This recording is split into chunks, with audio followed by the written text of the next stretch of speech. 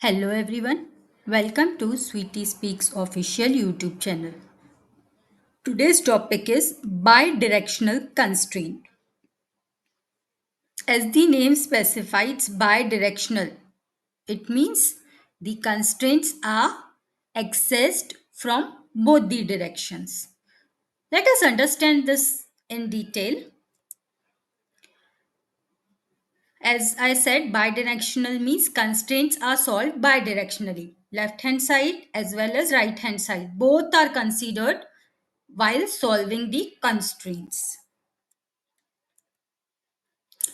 The solver looks at constraints on both sides of expression. Let me give you an example. Say for example, I have a constraint saying A is less than B. A is less than B. It means A is less than B as well as B is greater than A. Both these hold true.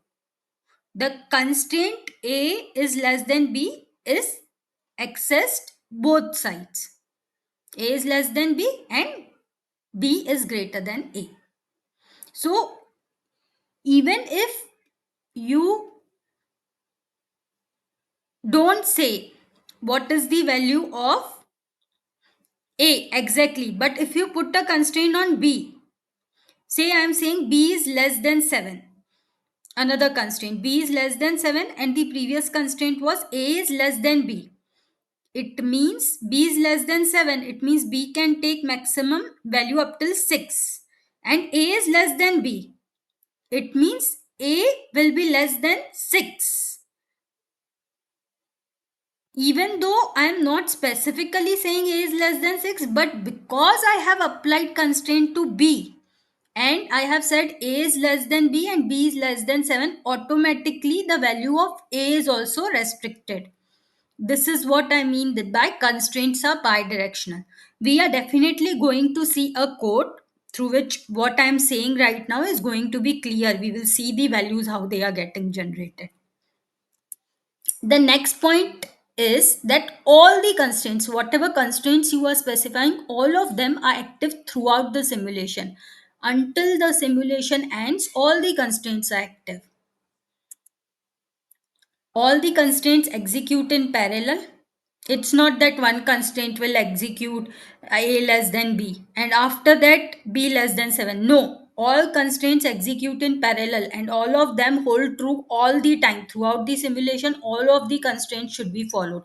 Constraint solver must solve the constraints in such a way that each and every constraint is followed. It should generate the value of the variable in such a way that each and every constraint restriction is followed. Value of one variable can depend on multiple constraints. Like I just gave you example. I said A is less than B. In the second constraint, I am saying B is less than 7. B is less than 7. I didn't even mention A.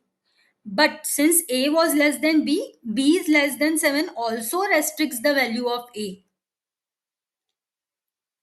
Let us see a coding example now so that whatever I am saying right now, it will be clear if you see the code and see the values. Let us understand the code now. Let us understand this code. I have taken a class bidirectional constraint. I have three random variables A, B, and C which are of type int. Now, if you remember in System Verilog tutorial series, we had discussed that int is by default signed, which means it can take negative values as well. But in my case, I don't want negative values. That's why I have explicitly specified unsigned, so that only positive values are generated for A, B, and C. Now I am putting a constraint on my variables A, B, and C. I said A should be less than B, B should be less than 7. Here, even though I am not restricting the value of A in B less than 7, but in the previous constraint, I said A should be less than B. That is why the value of A will also be restricted. And then I am saying C is A into B. Here, if you see, first of all, it is unsigned. It means only the positive values will get generated. So, what will be the valid values for B?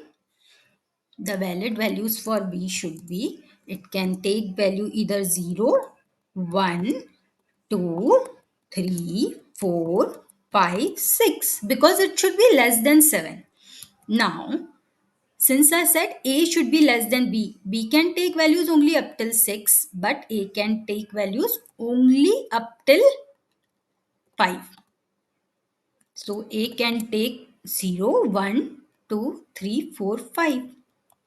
If A can take only these values, C, I have said, should be A into B. So whatever the value of A and B will be generated here, whatever values of A and B will be generated, depending on that, C should be A into B.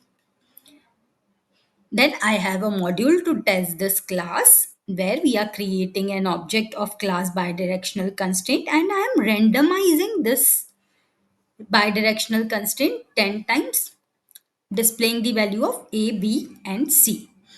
Let us understand the output. Here, if you see, the value of A should be 0, 1, 2, 3, 4 or 5. If you see, the value is either 0, 1, 2, 3, 4 or 5. That's it. For B, it can be up till 6. Here, if you can see, the value for B is up till 6. And whatever the value of A and B got generated, the value of C is A into B. We can see some, if you see A is 1 year, B is 4 year. 1 into 4 is 4. Here if you see A is 5, B is 6. 5 into 6 is 30. Here if you see A was getting value 0, B is getting value 2. 0 into 2 is 0. Like this you can analyze the values. And the major thing which you should remember in bidirectional constraint is the constraints are accessed bidirectionally. All constraints are active at all the time. Although you didn't restrict the value of certain variable in certain constraint, like you didn't restrict the value of A in this constraint, B is less than C. But due to the previous constraint, which was A less than B, due to this and this constraint together, the value of A is restricted. This is what we mean by bidirectional constraint. I hope it is now clear. In the upcoming lectures, we are going to see more advanced concept of constraints and randomization. In case you did not go through previous video lectures on randomization, I request you to please go through that, because upcoming is going to be little more complex example. Gradually we are moving from simple to mid level to more complex concepts, so that we want to cover each and every concept in depth. That is why I'm requesting you to please go through each and every lecture in detail, so that you understand upcoming lectures properly. To stay tuned, please subscribe to Sweetie Speaks official YouTube channel. See you in the next video lecture.